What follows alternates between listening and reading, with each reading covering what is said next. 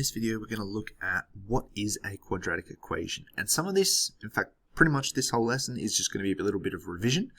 But this is really crucial for the stuff that we're going to expand on in future lessons. So it's really important that we have our head around what we're going to look at next. So the first thing we're going to look at is what is a quadratic function. And a quadratic function is really an equation that has an exponential in it. So you see up here we've got x squared. In this example we've got an x squared. That's really what we're looking for. Previously we looked at linear equations where we had something like y equals mx plus c. And you notice that the index above the x is technically 1, but we never write that. The difference now for a quadratic is that we are going to see a squared term. So linear, we had a 1. Quadratic, we have a 2. If we want to go even further, a cubic, which we won't do, this is much higher level maths, cubic uses a 3, and a quartic uses a 4. So really these are just a family of polynomials, they're equations, they're functions. For us, everything we're doing is quadratics, which is just going to be looking at all of these equations and expressions that have a squared term in them. So now this is the recap part. We're looking at expanding polynomials. And binomials, not polynomials, binomials. The key concepts here for expanding binomials is this concept of like terms. And really we just need to be careful about, is a term actually a like term or does it just look like it? And so for example, in this example here, we can straight away see, I hope, that we've got x, x, and x. So if we put all of these on the same side, we can absolutely combine them. We can do 7 minus 11, we move that across, it becomes plus 4. We're going to have some term because they're all x's. In this example here though, we've got a squared b, and over here we've got an a squared b, so we can definitely do something with those. We can add and subtract, whatever it is, but this is just,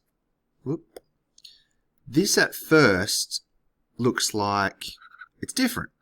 We've got b a squared. However, b a squared is exactly the same as a squared b. You remember you can change the order of multiplication. So this 2 now is a like term. The trap here would be something like if we had an expression that was ab squared, that is not a like term or not the same as a squared b. So that's the thing you've got to be careful of in some of these expressions. Moving on, the distributive law is just talking about expanding brackets. So we often referred to it as foiling. So in an example like this where you have 2 sets of brackets, we say you use the FOIL process. But to generalize, the distributive law is just all of the processes used to expand brackets. So if I have some value outside of brackets, if I have basically a whole set of brackets outside of brackets, things like that. There are examples of distributive laws. When we actually start doing something like this, the 2 sets of brackets, that is called a binomial product. So that's what we're talking about. Expanding binomials is expanding 2 sets of expressions in brackets. So we'll take a look at a worked example. Here we've got x plus 5 and x plus 4, and we just want to expand them out. So using our FOIL process that we've looked at previously, we would go, remember the firsts, we go the outers, we go the inners, and then we go the lasts. So we're going to have x times x, which will give us our x squared. We'll have outers, x times 4 gives us 4x. Then we've got the inners, 5x, and we've got the lasts, 5 times 4 is 20. In the next example here for b, the only thing we've changed is instead of writing it in this binomial form, we've condensed it. So hopefully if you remember from what a squared means, it's just x take 4 times x take 4. It's just saying you times it by itself. Now we've used the exact same process. The biggest trick with this is just be careful about positives and negatives.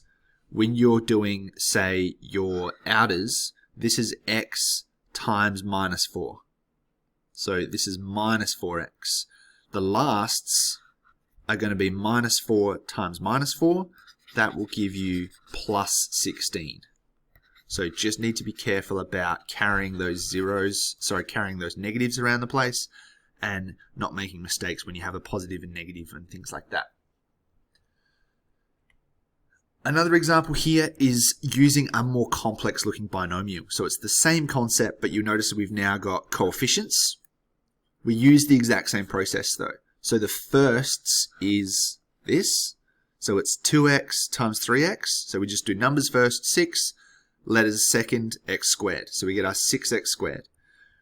Same thing for everything else. When we do the outers, it's the 2x and the 5. So 5 times 2 is 10, and the x tags along, we get our 10x. So that's our binomial expansions. In an even more complex example here, it's just two sets of foiling. So we would basically do this in the square brackets by itself completely, then do this in the square brackets by itself completely, and then don't forget that that's subtracting. The biggest thing to be careful of is that is actually subtracting everything in those square brackets that I was talking about. So if you had something like, where have they got it? I'll just write it here. If we had like minus x squared plus 3x or something like this, the negative applies to all of them. We'd actually be using a distributive law and saying it's minus 1 times this times this. So this would become plus x squared minus 3x when I drop the brackets.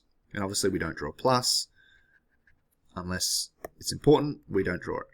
So that's the only trick there. It's really just two sets of foiling, but you just got to be careful of this negative factor here. So let's have a go at some practice questions. For these ones, I'm going to say, shouldn't be too hard. Do all of question 1. For 2, let's just do this column. In fact, yeah, we'll just do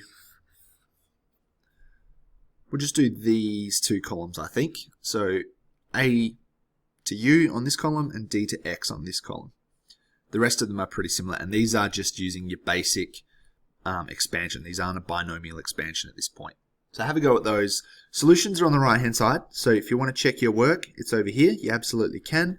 But I would recommend trying a couple, then going back and checking your answers first.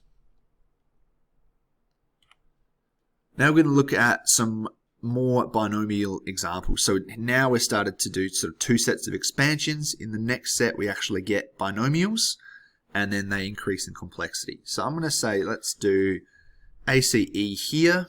Let's look at, we've got some pluses and minuses. We use BEH as a starting point. For this expanding, let's do this. And then for distributive law, what have we got? Let's use this one, last column. So I want you to have a go at those sets. In this case, if you're feeling pretty confident, I still want you to do all of these. If you've done all of these, or you've started, say you do 3 and you made a few mistakes, do the rest. So don't just go, oh, okay, I did what I've outlined. I eventually got there, I'm going to move on. Because you're not really going to reinforce that understanding. So make sure that you're getting them right. Once you start getting 3, 4, 5 in a row right, then you can move on because you've really got the concepts that we're trying to get there. Solutions again on the right hand side for you here to check your work. And that is it for this lesson.